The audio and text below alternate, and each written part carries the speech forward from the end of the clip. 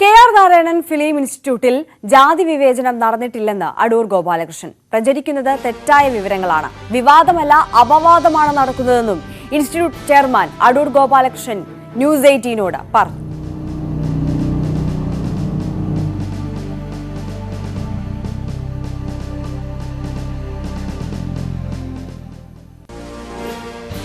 അവിടുത്തെ ഇൻസ്റ്റിറ്റ്യൂട്ടിലെ ഈ ജാതി തിരിച്ചുള്ള ഗുണങ്ങളും സൗകര്യങ്ങളും ഒക്കെ ചെയ്തു കൊടുക്കാനുള്ള ഒരു അറേഞ്ച്മെൻ്റ് ഉണ്ട്. 10-25 ജാതികളുണ്ട്. നമ്മൾ ഷെഡ്യൂൾ കാസ്റ്റ് ഷെഡ്യൂൾ ട്രൈബ് മാത്രമല്ല, OBC, LEC എന്നൊക്കെ പറഞ്ഞ് ഒരുപാട് ഇതുണ്ട്. എനിക്ക് പറഞ്ഞുകൂടാ. അതിനവർ ഈ ഇൻസ്റ്റിറ്റ്യൂട്ട് തുടങ്ങിയപ്പോൾ 2014 മുതൽ അവരെ ഏൽപ്പിച്ചിരിക്കുന്നത് ലാൽ ബഹദൂർ ശാസ്ത്രി, അത് ഗവൺമെൻറ്റിൻ്റെ കീഴിലുള്ള ഹയർ എഡ്യൂക്കേഷൻ ഡിപ്പാർട്ട്മെൻറ്റിൻ്റെ കീഴിലുള്ള ഒരു സ്ഥാപനമാണ്. അവരെ ഏൽപ്പിച്ചിരിക്കുന്നത്. അവരാണ് ഈ പാരാമീറ്റേഴ്സ് എല്ലാം നോക്കിയിട്ട് അവർക്ക് ചെയ്യാവുന്നതെല്ലാം ചെയ്യേണ്ടത്. എല്ലാ റിസർവേഷനും എല്ലാം നോക്കേണ്ടത് അവരുടെ ചുമതലയാണ്. അപ്പോൾ അവരാണ് ശരിക്കും പറഞ്ഞാൽ ഇതിനകത്ത് ചെയ്യാത്തവർ.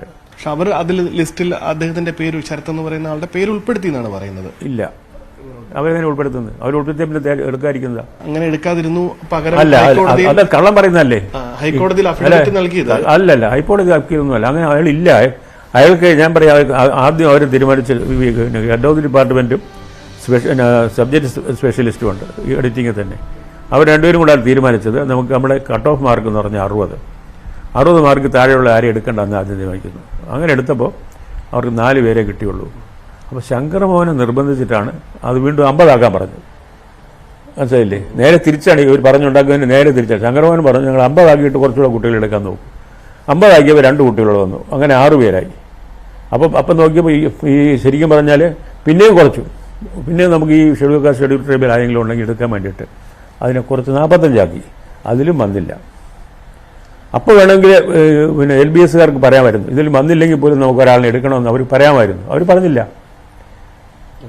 LBS ആണ് ഇതിനകത്ത് കൃത്യമായിട്ട് ചെയ്യേണ്ടത്. അല്ല, ഇവർക്കറിയാൻ വയ്യ. ഈ ഇരുന്ന് ഹെഡ് ഓഫ് ദി ഡിപ്പാർട്ട്മെൻറ്റിനോ സ്പെഷ്യലിസ്റ്റിനോ ഒന്നും ഈ ഇതിൻ്റെ ഒരു സിസ്റ്റം അറിഞ്ഞുകൂടാ. കെ.ആർ. നാരായണൻ ഇൻസ്റ്റിറ്റ്യൂട്ടിലെ സമരം ചെയ്യുന്ന വിദ്യാർത്ഥികൾക്കെതിരെ അടൂർ ഗോപാലകൃഷ്ണൻ. പഠിക്കാൻ വരുന്നവർ സമരം ചെയ്യില്ല, വിദ്യാർത്ഥികൾ പഠിക്കാൻ തയ്യാറാകണം, അല്ലാത്തവർ വേഗം പിരിഞ്ഞു പോകണമെന്നും അടൂർ ഗോപാലകൃഷ്ണൻ പറഞ്ഞു. ഈ നമുക്ക് സ്ട്രൈക്കും ചെയ്തുകൊണ്ടിരിക്കാനായിട്ട് സമയം എവിടെ? ഇൻസ്റ്റിറ്റ്യൂട്ടിൽ പഠിക്കാൻ വന്ന സ്റ്റുഡൻസ് 1 മാസം 2 മാസം 3 മാസമൊക്കെ സ്ട്രൈക്ക് ചെയ്യാൻ എവിടെ സമയം? അപ്പോൾ പഠിക്കണമെന്ന് വളരെ നിർബന്ധമുള്ളവരത് ചെയ്യത്തില്ല. ആരോടാ സ്ട്രൈക്ക് ചെയ്യുന്നത്? ആരെയാണ് തോൽപ്പിക്കാൻ നോക്കുന്നത്? കുറച്ചുകൂടിയൊക്കെ ഫ്രീഡം ആഗ്രഹിക്കുന്ന കുട്ടികളാണ് ഫിലിം ഇൻസ്റ്റിറ്റ്യൂട്ടിൽ വരുന്നത്. അപ്പം വലിയ രീതിയിലുള്ള ഒരു തെറ്റിദ്ധാരണയാണ് ഈ ഫ്രീഡത്തിൻ്റെ കാര്യത്തിൽ. അവരുടെ ഫ്രീഡം എന്തുവാണ്? അവർക്ക് ഉള്ള സമയം കൊണ്ട് ഏറ്റവും കൂടുതൽ സിനിമയെപ്പറ്റി പഠിച്ച് അതിനെപ്പറ്റിയുള്ളത്. പണ്ട് മൃണാളൻ പറയുമായിരുന്നു, you should watch films, you should dream films, you should leave films. Cinema പഠിക്കാൻ വന്നവർ ചെയ്യേണ്ടത് അതാണ്. അതിനപ്പുറത്ത് വേറൊരു ലോകമില്ല അവർക്ക്. അതായിരിക്കണം. കാരണം ഉള്ള സമയം കൊണ്ട്, കാരണം ഒരു ഇൻഡസ്ട്രിയിൽ ഒരാൾക്ക് സിനിമ എടുക്കാൻ ചാൻസ് കിട്ടണമെങ്കിൽ 50, 40, 45, 50 ഒക്കെ വയസ്സാണ് ആരുടെയൊക്കെ അസിസ്റ്റൻ്റായിട്ട് നിന്നിട്ട്. ഇത് 2 കൊല്ലം കൊണ്ട് നിങ്ങൾ ഇതിൻ്റെ എല്ലാ കാര്യങ്ങളും പഠിച്ച് ലോകത്തിലുണ്ടായിട്ടുള്ള മാസ്റ്റർ പീസസ് മുഴുവൻ കണ്ട് ഇതിനെപ്പറ്റി ഒരു ടേസ്റ്റ് ഉണ്ടായി. അവിടെ വരുന്ന സമയത്ത് ഉണ്ടാവണമെന്നില്ല. പക്ഷേ ഇത് അവിടെ വന്ന് ട്രാൻസ്ഫോം ചെയ്യും. അവരെ മാറ്റിയെടുക്കാൻ കഴിയും. പക്ഷേ അതിന് നമ്മൾ വിധേയനാവണം. ഒരു സ്റ്റുഡൻ്റ് എന്നുള്ള നിലയിൽ ഇതൊന്നും ശരിയല്ല എന്ന് പറഞ്ഞ് നിൽക്കുന്നവന് എന്ത് പഠിപ്പിക്കാൻ പറ്റും? ആയുർവേദത്തിൽ പറയും, വിധേയനെ ചികിത്സിക്കരുതെന്ന് പറയും, അവിധേയനെ. അതായത് ഈ ചികിത്സ കൊണ്ട് എനിക്ക് ഭേദമാകും എന്ന് വിചാരിക്കുന്നതിനെ മാത്രമേ ചികിത്സിക്കാവുന്നതാണ്. കാരണം ഈ ഇവിടുത്തെ പഠനം കൊണ്ട് എനിക്ക് ഗുണമുണ്ടാവും, എൻ്റെ അധ്യാപകരെ എനിക്ക് ഇതിൽ നിന്ന് ഞാൻ പഠിക്കാൻ വന്നതാണ് എന്ന് ധാരണ ഉണ്ടായെങ്കിലേ ശരിയാവുള്ളൂ. ഇവരെല്ലാം പുച്ഛമായിട്ടൊരുത്തനോടൊന്ന് പഠിക്കാൻ വരരുത്. അവർ പിരിഞ്ഞു പോകണം എത്രയും വേഗം. കെ.ആർ. നാരായണൻ ഇൻസ്റ്റിറ്റ്യൂട്ടിലെ വനിതാ ജീവനക്കാരെ ആക്ഷേപിച്ച ചെയർമാൻ അടൂർ ഗോപാലകൃഷ്ണൻ. പരാതി പറഞ്ഞ് അവർ സ്റ്റാറായി, നന്നായി ഉടുത്തൊരുങ്ങിയാണ് മാധ്യമങ്ങൾക്ക് മുന്നിൽ വരുന്നത്. വിമൻ ഇൻ സിനിമ കളക്റ്റീവ് അംഗങ്ങളെ പോലെയാണ് അവർ നിൽക്കുന്നതെന്നും അടൂർ പറഞ്ഞു. 4-5 പെണ്ണുങ്ങളുണ്ട് അവിടെ ഈ ഇൻസ്റ്റിറ്റ്യൂട്ട് ജോലി ചെയ്യുന്നത്. ഇൻസ്റ്റിറ്റ്യൂട്ട് എല്ലാവരും ക്യാമറയുടെ മുമ്പിൽ ഒന്ന് പറയുന്നത് ഞങ്ങളെല്ലാം വിധവമാരാണെന്ന്. 2 പേർക്കേ ഉള്ളൂ ഭർത്താവ് മരിച്ചിട്ടുള്ളത്. 4 പേർക്കും ഭർത്താക്കന്മാരുണ്ട്. അപ്പോൾ അവരെന്ത് ചെയ്യും? പച്ചക്കള്ള അവരെ പഠിപ്പിച്ചു വിട്ടിരിക്കുകയാണ്. ഈ TV-യുടെ മുമ്പിലൊക്കെ പോയിട്ട് ഇപ്പോൾ സ്റ്റാഴ്സ് അവർ ഈ 4-5 പെണ്ണുങ്ങൾ നല്ല നന്നായിട്ട് കൊടുത്തുരിങ്ങിയൊക്കെയാണ് എവിടെ പോകുന്നത്. ഇപ്പം വിമൻസ് ഗ്രൂപ്പ് ഉണ്ടല്ലോ, WCC എന്ന് പറയുന്നത്. അവരൊക്കെ വരുമ്പോഴത്തേക്ക് അവരിൽ ഒരാളാണെന്ന് തോന്നുന്നു കണ്ടു കഴിഞ്ഞാൽ. അത്ര വളരെ സ്റ്റൈലായി താരങ്ങളായിട്ട് മാറി. ദിവസവും പിന്നെ ഇൻ്റർവ്യൂ വരാൻ ആളുകൾ എത്തുന്നു. അപ്പോൾ അത് വ്യക്തിപരമായ വിമർശനങ്ങൾ അല്ലെങ്കിൽ മറുപടി നൽകുമ്പോൾ അതൊരു വീണ്ടും ഒരു അല്ലല്ല, അവരിപ്പോൾ സ്റ്റാർസ് പോലെയാണ്. കാരണം അവർ ഗിവിങ് ഇൻ്റർവ്യൂസ് റെഗുലർലി. അവർക്കപ്പം പഠിച്ചു കഴിഞ്ഞവർ. അവർ നേരത്തെ ഇതൊന്നും പറയാൻ കഴിവുള്ളവരായിരുന്നില്ല. അവരെ എല്ലാം ട്രെയിൻ ചെയ്ത് കഴിഞ്ഞു. ട്രെയിൻ ചെയ്യിക്കാൻ ആളുണ്ട് എന്നാണ് ആളുണ്ട്, തീർച്ചയായിട്ടും ഉണ്ട്. കെ.ആർ. നാരായണൻ ഇൻസ്റ്റിറ്റ്യൂട്ട് ഡയറക്ടർ ശങ്കർ മോഹനെ ന്യായീകരിച്ച് ചെയർമാൻ അടൂർ ഗോപാലകൃഷ്ണൻ. വനിതാ ജീവനക്കാരെ കൊണ്ട് കക്കൂസ് കഴുകിച്ചിട്ടില്ല. ഡയറക്ടറുടെ ക്വാർട്ടേഴ്സ് വൃത്തിയാക്കുന്നത് ജോലിയുടെ ഭാഗമാണെന്നും അടൂർ ഗോപാലകൃഷ്ണൻ ന്യൂസ് 18നോട് പറഞ്ഞു. ഒരു പ്രശ്നം ഈ താൽക്കാലിക ജീവനക്കാരെ സ്വന്തം വീട്ടിലെ ജോലി, സ്വന്തം വീടല്ല, അവിടെ വളച്ചു കിട്ടുന്ന അവിടെയാണ്. താൽക്കാലികക്കാർ ആണോ ഇല്ലയോ എന്നുള്ളത് വേറെ പ്രശ്നമാണ്. ഇൻസ്റ്റിറ്റ്യൂട്ട് എന്ന് പറയുന്നത് ഫിലിം ഇൻസ്റ്റിറ്റ്യൂട്ടിലേക്ക്, അവിടുത്തെ ഇൻസ്റ്റിറ്റ്യൂട്ടിലേക്ക് ശങ്കർ മോഹനെ ഗവൺമെൻറ് ക്ഷണിച്ചുകൊണ്ട് വന്നതാണ്. ഗവൺമെൻറ്റിന് താമസിക്കാനുള്ള വീടും സൗകര്യങ്ങളും എല്ലാം ഗവൺമെൻറ് കൊടുക്കും എന്നുള്ള കണ്ടീഷനിലാണ്, ആ കണ്ടീഷനിലാണ് അദ്ദേഹം വന്നിരിക്കുന്നത്. അദ്ദേഹം കൊടുക്കുന്നത് അദ്ദേഹത്തിൻ്റെ ശമ്പളം കൊടുക്കുന്നതും വാഹനം, വീട് ഇതെല്ലാം കൊടുക്കും എന്നുള്ളത്. അപ്പോൾ ഗവൺമെൻറ്റിൻ്റെ ഒരു അനക്സ് ബിൽഡിംഗ് ആണ്, ഗവൺമെൻറ് എടുത്തിരിക്കുന്ന അനക്സ് ബിൽഡിങ്ങിലാണ് അദ്ദേഹം താമസിക്കുന്നത്. കൊച്ചു കെട്ടിടമാണ്. അതും പിന്നെ കോട്ടയത്തെ ഉള്ളിലോട്ട് പോയിട്ട് ഒരു റബ്ബർ തോട്ടത്തിനകത്തുള്ളൊരു വീടാണ്. അവിടെ കെട്ടിടം കിട്ടാൻ വിഷമമാണ്, അങ്ങനെ ഒരു സ്ഥലത്താണ്. അപ്പോൾ അവിടെ ആ വീട് ദിവസവും പോയി ക്ലീൻ ചെയ്യേണ്ടതാണ്. അതാണ് അവരുടെ ജോലി. കാരണം ഒരു സർക്കാർ ശമ്പളം വാങ്ങിക്കുന്നവരാണ് ഈ തൂപ്പുകാർ. അപ്പോൾ അവരുടെ ജോലി ഇതിൻ്റെ അനക്സാണ്. അങ്ങനെ ചെയ്യിക്കുന്നില്ല. അങ്ങനെ ഒരാഴ്ചയിൽ ഒരു ദിവസം ഒരാൾ, എല്ലാവരും ഇല്ല, അവരുടെ ജോലിക്ക് പുറമേ അല്ല, അവരുടെ അന്നത്തെ ജോലിയായിട്ട് ഇത് എടുക്കത്തക്കണം. 1 മണിക്കൂർ നേരത്തെ സമയമാണ് ആ മുറ്റം തൂത്ത് കൊടുക്കണം, തിണ്ണയും തൂത്ത് കൊടുക്കണം. ചെറിയ വളരെ ചെറിയ കെട്ട് 1/4 മണിക്കൂർ കൂടുതൽ എടുക്കത്തില്ല അവിടെ മുറ്റം തൂക്കുകയൊക്കെ ചെയ്യണമെന്നുണ്ടെങ്കിൽ. ഇങ്ങനൊരു സംഗതി നടക്കുന്നുണ്ട് അവിടെ. അപ്പോൾ അതിൻ്റെ പേരിൽ വന്ന സംഗതികളൊക്കെ ഞാൻ കുറേയൊക്കെ കണ്ടു കേട്ടു. അതായത് കക്കൂസിനകത്തോട്ട് കൈയിട്ട് വരണം എന്നൊക്കെ പറഞ്ഞിട്ട് വേറെ അതിനേക്കാൾ ആഭാസമായിട്ട് വല്ലതും പറയാമായിരുന്നു അല്ലേ? അപ്പോൾ ഞാൻ അന്വേഷിച്ചു ഇതിനെപ്പറ്റി എന്താണ് ശരിയായ സംഭവം എന്താണെന്ന് പറഞ്ഞാൽ. അവിടെ ജോലിക്ക് ഒരാഴ്ച ഒരിക്കൽ ഒരാൾ വരും. ഒരു പെൺകുട്ടി അവിടെ വരുന്നത്, അവർ പ്രായവരും വരാറുണ്ട്, അവരെല്ലാം ബൈ ടേണാണ് വരുന്നത്. ഈ പെൺകുട്ടി അവർക്ക് വലിയ ഇഷ്ടമായിരുന്നു. കാരണം ആ കുട്ടി ആ വീട്ടിലെ ഒരു അംഗം പോലെയായി. മോളെ നിന്നാണ് ആ കുട്ടിയെ വിളിച്ചിരുന്നത് ഇവർ, ശങ്കരമോഹൻ്റെ വൈഫ്. എന്നിട്ട് ആ കുട്ടിയാണ് ഏറ്റവും മോശമായിട്ട് സംസാരിച്ചത്. ഈ പിന്നെ കക്കൂസിനകത്ത് കൈയിട്ട് കഴുകുന്നത് അവർ ബാത്റൂമിൽ കയറ്റിയിട്ടില്ല. ആ വീട്ടിലെ കക്കൂസ് കഴുകാനോ ബാത്റൂം കഴുകാൻ പോലും അവരെ ഒരിക്കലും എൻഗേജ് ചെയ്തിട്ടില്ല. അവരെ വീടും തൂത്ത് മുറ്റവും അവിടെ ഒരുപാട് ഇങ്ങനെ ഇല വീഴും, റബ്ബറിൻ്റെ ഇല വീഴുന്ന സ്ഥലമാണ്. അപ്പോൾ അത് മാറ്റണം. അത്രയുള്ള അതിൻ്റെ അവർ ചെയ്യുന്ന ജോലി പറയുന്നത്. മാക്സിമം വിശ്രമം കൂടെ കൂട്ടിക്കഴിഞ്ഞാൽ 1.5 മണിക്കൂർ. എന്നിട്ട് അവർ പറയുന്നത് രാത്രിയിലൊക്കെ ജോലിയാണ്. രാത്രി എന്ത് ജോലി അവർ ചെയ്യുന്നു? കൂടുതൽ വിവരങ്ങളുമായി ഉമേഷ് ബാലകൃഷ്ണൻ ചേരുന്നുണ്ട്. ഉമേഷ്, കെ.ആർ. നാരായണൻ ഇൻസ്റ്റിറ്റ്യൂട്ട് ഡയറക്ടർ ശങ്കർ മോഹനെതിരെ ഉയർന്നു വന്ന ജാതി വിവേചനത്തിന്റെ പരാതികൾ, കെടുകാര്യസ്ഥതയുടെ പരാതികളൊക്കെ വളരെ വലിയ രീതിയിലാണ് കഴിഞ്ഞ കുറച്ച് ദിവസങ്ങളായി ചർച്ചകളായിക്കൊണ്ടിരിക്കുന്നത്. വളരെ വലിയ രീതിയിലുള്ള സമരങ്ങളാണ് അവിടുത്തെ വിദ്യാർത്ഥികൾ ഇതുമായി ബന്ധപ്പെട്ട് ഇപ്പോൾ നടത്തിക്കൊണ്ടിരിക്കുന്നത്. ശങ്കർ മോഹനെ സപ്പോർട്ട് ചെയ്തുകൊണ്ട് അടൂർ ഗോപാലകൃഷ്ണൻ സംസാരിക്കുന്നു, അദ്ദേഹത്തെ പിന്താങ്ങിക്കൊണ്ട് സംസാരിക്കുന്നു എന്നതിനപ്പുറം ഇത്തരത്തിൽ സമരം ചെയ്യുന്ന വിദ്യാർത്ഥികളെ അടച്ചാക്ഷേപിക്കുന്നു, പരാതി ഉന്നയിച്ച സ്ത്രീകളെ ആക്ഷേപിക്കുന്നു. ഇത് തീർത്തും അപലപനീയമായ ഒരു വസ്തുതയല്ലേ?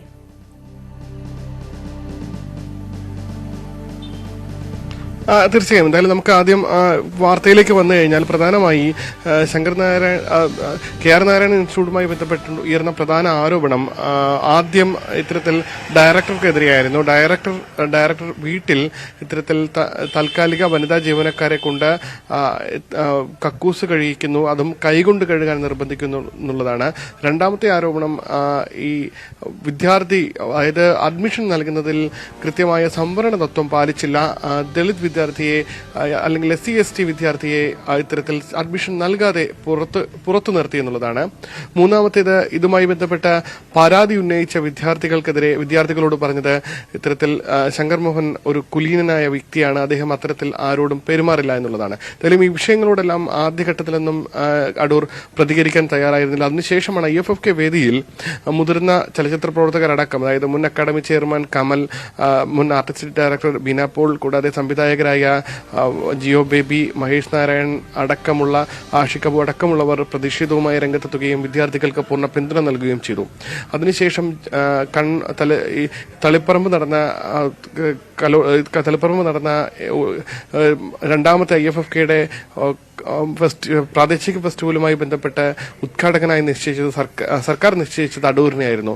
അതുകൊണ്ട് തന്റെ ഫിലിം പ്രദർശനത്തിൽ നിന്ന് പിൻവാങ്ങുന്നുവെന്ന പ്രഖ്യാപനവുമായി ജിയോ ബേബി രംഗത്തെത്തിയിരുന്നു. ഇത്തരത്തിൽ വലിയ പ്രതികരണങ്ങൾ ഓരോ ഘട്ടത്തിൽ ഉണ്ടായപ്പോഴും ഒന്നും പ്രതികരിക്കാൻ അടൂർ തയ്യാറായിരുന്നില്ല. ഒടുവിൽ അടൂർ ഇതുമായി ബന്ധപ്പെട്ട തന്റെ നിലപാട് വ്യക്തമാക്കുകയാണ് ന്യൂസ് 18നോട്. അതിലാണ് അദ്ദേഹം ഓരോ ആരോപണങ്ങളും തള്ളുന്നത്. പ്രത്യേകിച്ച് ആദ്യം പറഞ്ഞ ഇത്തരത്തിൽ താൽക്കാലിക ജീവനക്കാരെ കൊണ്ട് ശങ്കർ മോഹൻ ഇത്തരത്തിൽ ബാത്റൂം കഴുകിച്ചു, അതും കൈകൊണ്ട് കഴുകാൻ നിർബന്ധിച്ചു എന്നുള്ള ആരോപണം. ആ ആരോപണം പൂർണ്ണമായി നിഷേധിക്കുകയാണ്. ഒപ്പം ഈ ശങ്കർ മോഹന്റെ ക്വാർട്ടേഴ്സിൽ അത് വൃത്തിയാക്കേണ്ടത് ഈ താൽക്കാലിക ജീവനക്കാരുടെ ജോലിയാണ്, അവരുടെ കർത്തവ്യമാണ്. 1.5 മണിക്കൂറിൽ കൂടുതൽ സമയമൊന്നും അവർക്ക് അവിടെ ജോലിക്ക് എത്തേണ്ടി വരുന്നില്ല. അതുകൂടാതെ ജോലി എന്ന് പറയുന്നത് പുറത്തെ കുറച്ച് ഭാഗങ്ങളിലെ ഇല മാത്രം മാറ്റി വെച്ചാൽ മതി എന്നുള്ളതാണ്. അതുകൂടാതെ രണ്ടാമത് ഈ ഇതിന്റെ ഇന്റർവ്യൂയുടെ കുറച്ച് ഭാഗങ്ങൾ കൂടിയുണ്ട്, കുറച്ച് പ്രധാനപ്പെട്ട പോയിന്റുകൾ കൂടിയുണ്ട്. ഒന്ന്, ഈ ജിയോ ബേബിക്കെതിരെ അടൂർ ഗോപാലകൃഷ്ണൻ തന്റെ നിലപാട് വ്യക്തമാക്കുന്നുണ്ട്. കാരണം ജിയോ ബേബി തന്റെ സിനിമ നിർമ്മിച്ച ശേഷം തനിക്ക് അടൂർ തന്റെ സിനിമയെക്കുറിച്ചൊരു അഭിപ്രായം പറയണം എന്ന് പറഞ്ഞ് സ്വന്തം വീട്ടിലേക്ക് ആളെ അയച്ച് അഭിപ്രായം എടുത്ത് അത് മാർക്കറ്റിംഗ് ചെയ്ത ആളാണ് ജിയോ ബേബി. എന്നിട്ടാണ് താൻ ഉദ്ഘാടകനാകുന്നതുകൊണ്ട് തന്റെ സിനിമ പിൻവലിച്ചത്. അത്തരത്തിൽ നിലപാട് മാത്രമാണ് ജിയോ ബേബിക്കുള്ളത് എന്നും ഇത്തരത്തിൽ പ്രതിഷേധിച്ച ജിയോ ബേബി ആകട്ടെ, മഹേഷ് നാരായൺ ആകട്ടെ, കമൽ ആകട്ടെ, ആരും തന്റെ വേർഷനോ അല്ലെങ്കിൽ തനിക്ക് എന്താണ് പറയാനുള്ളതെന്നോ കേൾക്കാൻ തയ്യാറായില്ല എന്നുള്ള ഒരു പരിഭവവും അദ്ദേഹം പങ്കുവെക്കുന്നു. അതോടൊപ്പമാണ് അദ്ദേഹം ഈ സമരം ചെയ്യുന്ന വിദ്യാർത്ഥികളെയും ഒപ്പം പരാതിയുമായി രംഗത്തെത്തിയ താൽക്കാലിക ജീവനക്കാരെയും അധിക്ഷേപിച്ചുകൊണ്ടുള്ള രണ്ട് പരാമർശങ്ങൾ പ്രധാനമായി നടത്തിയത്. വിദ്യാർത്ഥികളായാൽ പഠിക്കാൻ വരികയാണെങ്കിൽ പഠിക്കാനുള്ള സമയം മാത്രമേ ഉള്ളൂ. കൂടുതൽ സമയം മറ്റ് സമരം ചെയ്യാൻ താല്പര്യമുള്ളവരാണെങ്കിൽ ഉടൻ ആ ഇൻസ്റ്റിറ്റ്യൂട്ട് വിട്ടുപോകണമെന്നുള്ള ഒരു പ്രഖ്യാപനമാണ് അദ്ദേഹം നടത്തുന്നത്. അല്ലെങ്കിൽ അത്തരമൊരു നിർദ്ദേശമാണ് കെ.ആർ. നാരായണൻ ഇൻസ്റ്റിറ്റ്യൂട്ട് ചെയർമാൻ കൂടിയായ അടൂർ ഗോപാലകൃഷ്ണൻ പറഞ്ഞത്. ഇത് കൂടാതെയാണ് ഇവർക്ക് വ്യക്തിപരമായി ആക്ഷേപിക്കുന്ന തരത്തിൽ, ഈ താൽക്കാലിക ജീവനക്കാരെ വ്യക്തിപരമായി ആക്ഷേപിക്കുന്ന തരത്തിലുള്ള പരാമർശം നടത്തിയത്. ഇത്തരത്തിൽ വളരെ അഭിനേതാക്കളായി അല്ലെങ്കിൽ നല്ല വസ്ത്രം ധരിച്ച് അഭിനേതാക്കളായി ക്യാമറകൾക്ക് മുന്നിൽ വന്ന് ഓരോ ദിവസവും ഇന്റർവ്യൂ കൊടുക്കുന്ന ഒരു വലിയ സ്റ്റാറായി മാറി എന്നുള്ള വ്യക്തിപരമായ പരാമർശങ്ങൾ ഇതോടൊപ്പം നടത്തുന്നത്. എന്തായാലും വളരെ ദീർഘമായ ഒരു ഇന്റർവ്യൂ ആണ് ഇത്, ഏകദേശം അരമണിക്കൂർ ഓളമുണ്ട്. ഇതിലാണ് എല്ലാ വിഷയവുമായി, അതായത് കെ.ആർ. നാരായണൻ ഇൻസ്റ്റിറ്റ്യൂട്ടുമായി ബന്ധപ്പെട്ട് ഉയർന്ന എല്ലാ വിഷയങ്ങൾക്കും അദ്ദേഹം മറുപടി പറയുന്നുണ്ട്. അദ്ദേഹം ഇതോടൊപ്പം ഈ തനിക്കെതിരെ സമരത്തിൽ പങ്കെടുത്തവർക്കെതിരെ, പ്രത്യേകിച്ച് സജിതാ മഠത്തിലടക്കമുള്ള അവരുടെ പരാമർശം, സജിതാ മഠത്തിൽ പറഞ്ഞത് തനിക്ക് കെ.ആർ. നാരായണൻ ഇൻസ്റ്റിറ്റ്യൂട്ടിൽ നടക്കുന്നത് എന്താണെന്ന് തനിക്കറിയാം എന്നുള്ളതാണ്. എന്നാൽ അത് അടൂർ ഗോപാലകൃഷ്ണൻ മറുപടി പറഞ്ഞത് അവരിപ്പോൾ കെ.ആർ. നാരായണൻ ഇൻസ്റ്റിറ്റ്യൂട്ടിലില്ല, അവരുണ്ടായിരുന്ന കാലത്ത് പോലെയല്ല, ഇപ്പോൾ ഒരുപാട് മാറ്റമുണ്ട്. എന്നിട്ട് പിന്നെ എങ്ങനെയാണ് ഇപ്പോൾ നടക്കുന്നതിനെ കുറിച്ച് സജിതാ മഠത്തിൽ പറയുന്നത് എന്നുള്ള മറുചോദ്യമാണ് ചോദിക്കുന്നത്. ഇതുകൂടാതെ കമൽ, മറ്റ് മഹേഷ് നാരായണൻ അടക്കമുള്ളവർ പ്രതിഷേധിച്ചതിനോട് അദ്ദേഹം പറഞ്ഞത് അവരെല്ലാം ഒരു വൈകാരിക ജീവികളാണ്, അവർ എന്തെങ്കിലും സമരം എന്ന് കേട്ടപ്പോൾ നേരെ പോയി സമരം ചെയ്യുകയാണ് ഉണ്ടായത്, അല്ലാതെ തന്റെ വേർഷനോ തന്റെ നിലപാടോ കേൾക്കാൻ ആരും തയ്യാറായില്ല എന്നുള്ള പരാമർശമാണ് അദ്ദേഹം ഇതുമായി ബന്ധപ്പെട്ട് നടത്തിയത്.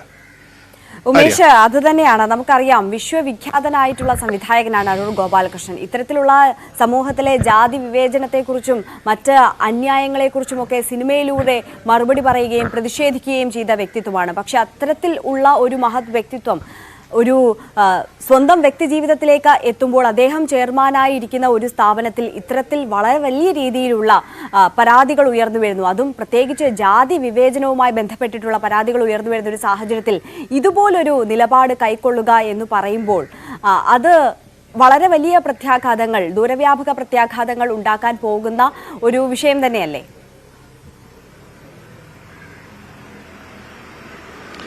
തീർച്ചയായും. പ്രത്യേകിച്ച് സർക്കാർ ഇപ്പോൾ കെ.ആർ. നാരായണൻ ഇൻസ്റ്റിറ്റ്യൂട്ടിൽ നടക്കുന്ന വിഷയങ്ങളെക്കുറിച്ച് പഠിക്കാൻ ഒരു സമിതിയെ നിയോഗിച്ചിട്ടുണ്ട്. സമിതി സംബന്ധിച്ച തെളിവെടുപ്പും മൊഴിയെടുക്കലുമായി മുന്നോട്ട് പോവുകയാണ്. ഈ ഘട്ടത്തിലാണ് അടൂർ തന്റെ നിലപാട് വ്യക്തമാക്കുന്നത്. അടൂർ തന്റെ നിലപാട് വ്യക്തമാക്കിയിരുന്നു, പരസ്യമായി ചാനലിൽ അദ്ദേഹം കൃത്യമായ നിലപാട് വ്യക്തമാക്കിയിരിക്കുന്നു. ആ നിലപാടിലാണ് അദ്ദേഹം ഇത് പറയുന്നത്. ഒരു കാരണവശാലും അവിടെ ഒരു ജാതി വിവേചനം ഉണ്ടായിട്ടില്ല, ഇത്തരത്തിൽ സംവരണം അട്ടിമറിക്കപ്പെട്ടിട്ടില്ല. അത് LBS ആണ്. നേരത്തെ നമ്മൾ പറഞ്ഞതുപോലെ അവിടെ ഒരു വിദ്യാർത്ഥിയുടെ എഡിറ്റിംഗിൽ ഒരു വിദ്യാർത്ഥിക്ക് ജാതി സംവരണം വഴി എഡിറ്റിംഗിൽ അഡ്മിഷൻ കിട്ടേണ്ടതാണ്. പക്ഷേ അത് നൽകിയില്ല, അല്ലെങ്കിൽ അത് ലിസ്റ്റിൽ ഉൾപ്പെടുത്തിയില്ല. ഒടുവിൽ അദ്ദേഹം ഹൈക്കോടതിയിൽ പോയി. ശരി ഉമേഷ്, ദയവായി തുടരുക. ഇപ്പോൾ KR നാരായണൻ ഫിലിം ഇൻസ്റ്റിറ്റ്യൂട്ടിലെ വിദ്യാർത്ഥി കൂടിയായിട്ടുള്ള ശ്രീദേവ് നമുക്കൊപ്പം ചേരുന്നുണ്ട്. ശ്രീദേവ്, താങ്കൾ അക്കാദമി ചെയർമാൻ പറഞ്ഞത് കേട്ടിട്ടുണ്ട് എന്നുള്ളതാണ് മനസ്സിലാക്കുന്നത്. ഇത്തരത്തിലുള്ള ജാതി വിവേചനമൊന്നും ആ ഇൻസ്റ്റിറ്റ്യൂട്ടിൽ നടന്നിട്ടേയില്ല. ഇപ്പോൾ ഉയർന്നു വരുന്ന ഈ ആരോപണങ്ങളെല്ലാം പൊള്ളത്തരങ്ങളാണ്. സ്റ്റാർ ആകാൻ വേണ്ടി നടത്തുന്ന സമരങ്ങളും പരാതി ഉന്നയിക്കലും ഒക്കെ തന്നെയാണ്. പഠിക്കാൻ വരുന്നവർ പഠിച്ചിട്ട് പോകണം എന്നുള്ളതാണ് അദ്ദേഹത്തിന്റെ ഒരു പരാമർശം എന്നുള്ളത്. അതൊരു ശരിയാക്കാൻ നോക്കുവാണെന്ന് തോന്നുന്നു. കാര്യം ഈ സംവരണ അട്ടിമറിയുടെ കാര്യം തന്നെ പറയുമ്പോൾ ഇവരൊന്നെങ്കിൽ LBSന് ഇട്ട് കൊടുക്കും, അല്ലെങ്കിൽ ഇവിടുത്തെ HOD-മാരുടെ തലയിൽ ഇട്ട് കൊടുക്കും. ഈ HOD-മാരെ കൊണ്ട് ഇന്റേണൽ കട്ട് ഓഫ് മാർക്ക് ഉണ്ടാക്കാൻ പറയണതും അത് ഈ പ്രോസ്പെക്ടസിൽ ഇല്ലാത്തൊരു സാധനമാണെന്ന് LBS കൃത്യമായിട്ട് ഒരു നോട്ടിഫിക്കേഷൻ അയച്ചിട്ടും അത് പ്രാബല്യത്തിൽ കൊണ്ടുവന്ന് ഈ ആൾക്കാരുടെ സീറ്റ് കളഞ്ഞതെല്ലാം കൃത്യമായി ഡോക്യുമെന്റഡ് ആയിട്ട് അവിടെ കിടപ്പുണ്ട്. പിന്നെ ഈ ചേച്ചിമാരെ പറ്റി പറയുന്നത് അത് ഭയങ്കര മോശമാണ്. അങ്ങനെ പറയാൻ പാടില്ല. ഒന്നാമത്തെ കാര്യം, ഇവർക്ക് ഓഫീസ് ഓർഡർ ഉണ്ട്. ഈ അനക്സിയാണ് ഇവരുടെ വെളിയിലുള്ള താമസ സൗകര്യം എന്ന് പറയുന്നുണ്ടല്ലോ. എന്നാലും ഇവർക്ക് ഓഫീസ് ഓർഡർ ഉണ്ട്. ഇവിടുത്തെ ഒരാൾക്ക് സിനിമാറ്റോഗ്രാഫി ഡിപ്പാർട്ട്മെന്റ്, ഒരാൾക്ക് മെൻസ് ഹോസ്റ്റൽ, ഒരാൾക്ക് ലേഡീസ് ഹോസ്റ്റൽ, അങ്ങനെ ഓരോ ഡിപ്പാർട്ട്മെന്റുകളും ഓരോ ഹോസ്റ്റലുകൾക്കും കൃത്യമായിട്ട് അവർ അസൈൻ ചെയ്ത് കൊടുക്കുന്ന ഒരു ഓഫീസ് ഓർഡർ ഉള്ളപ്പോഴാണ് ഇവര് വെളിയിൽ 6 കിലോമീറ്റർ ദൂരമുള്ള ഒരു വീട് അനക്സിയാണെന്ന് പറഞ്ഞുകൊണ്ട് ജോലി ചെയ്യിപ്പിക്കുന്നത്.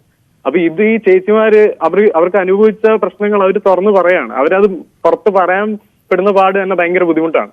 അവര് ഞങ്ങളോട് വന്ന് ഈ വിഷമങ്ങളൊക്കെ പറഞ്ഞു കഴിഞ്ഞപ്പോ ഞങ്ങൾ പറഞ്ഞു, ചേച്ചിമാർ ഇങ്ങനെയാണെങ്കിൽ നമുക്കിത് എന്തായാലും ഇത് ചെയ്യാം. കാര്യം ഞങ്ങളുടെ പ്രശ്നങ്ങളിലും ഒരുപാടുണ്ട്. ഞങ്ങൾ 2 വർഷമായിട്ട് ഈ പ്രശ്നങ്ങളൊക്കെ പറഞ്ഞുകൊണ്ടിരിക്കുന്നു. ഇതൊരു 2 മാസം കൊണ്ടുണ്ടായ ഒന്ന് സമരമൊന്നുമല്ല.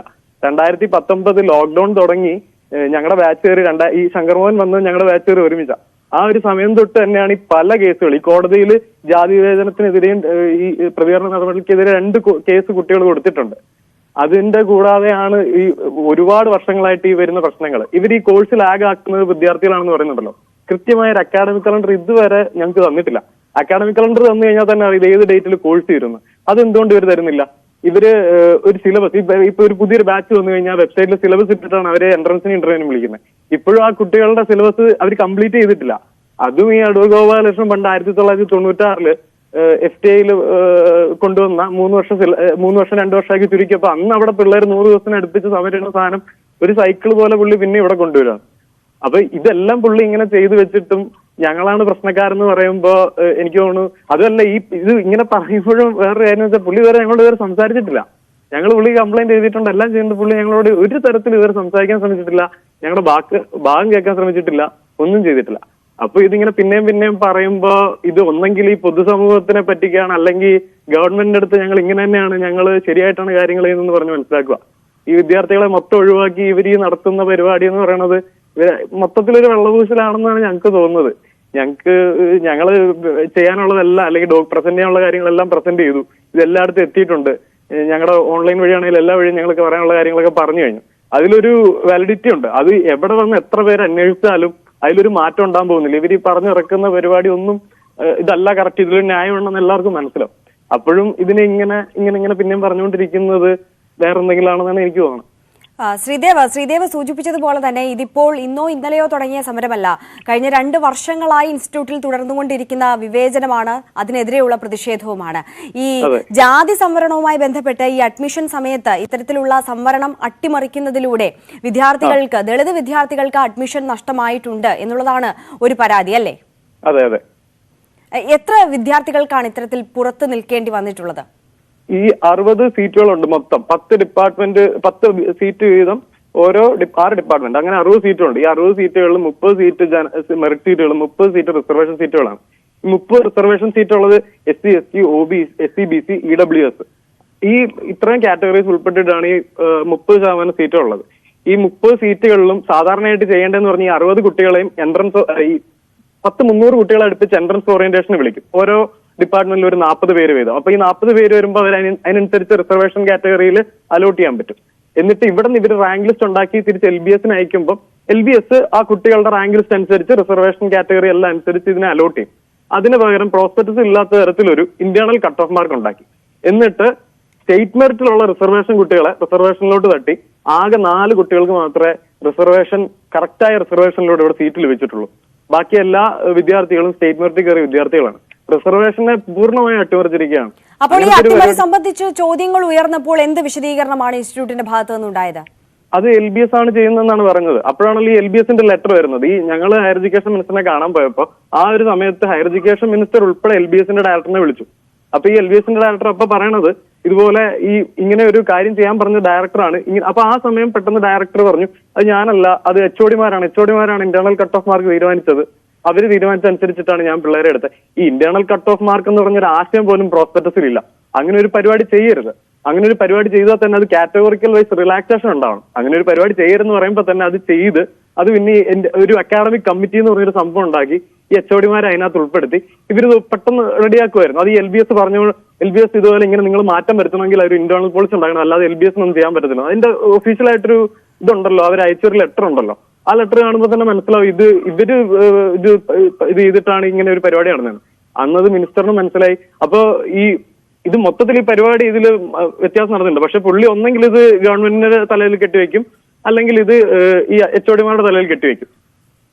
ഈ ശങ്കർ മോഹന്റെ നേതൃത്വത്തിലാണ് ഇത്തരത്തിലുള്ള അഴിമതികൾ അല്ലെങ്കിൽ ഈ ജാതി വിവേചനമൊക്കെ നടക്കുന്നത്. ഈ സംവരണം അട്ടിമറിച്ചതുപോലും അദ്ദേഹത്തിന്റെ നേതൃത്വത്തിലാണ് എന്നുള്ളതാണ് നിങ്ങൾ കരുതുന്നത് അല്ലേ?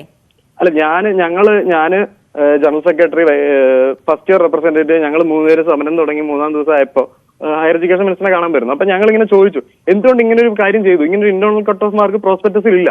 അപ്പൊ internal cut off mark prospectus ഇല്ലാത്തൊരു പരിപാടി ചെയ്തപ്പോ അപ്പൊ അവിടെ നിന്ന് വന്നൊരു മറുപടി എന്ന് പറഞ്ഞു കഴിഞ്ഞാൽ അങ്ങനെ ചെയ്തു കഴിഞ്ഞാൽ കുട്ടികളുടെ ക്വാളിറ്റി കുറയുന്നതാണ്. അപ്പൊ ഈ 265 കുട്ടികളെ ഓറിയന്റേഷൻ എടുത്ത് വെച്ചിട്ട് അതിൽ നിന്ന് 133 കുട്ടികളുടെ ലിസ്റ്റ് ഇവരെടുത്ത് തിരിച്ചയച്ചു കൊടുക്കുകയാണ്.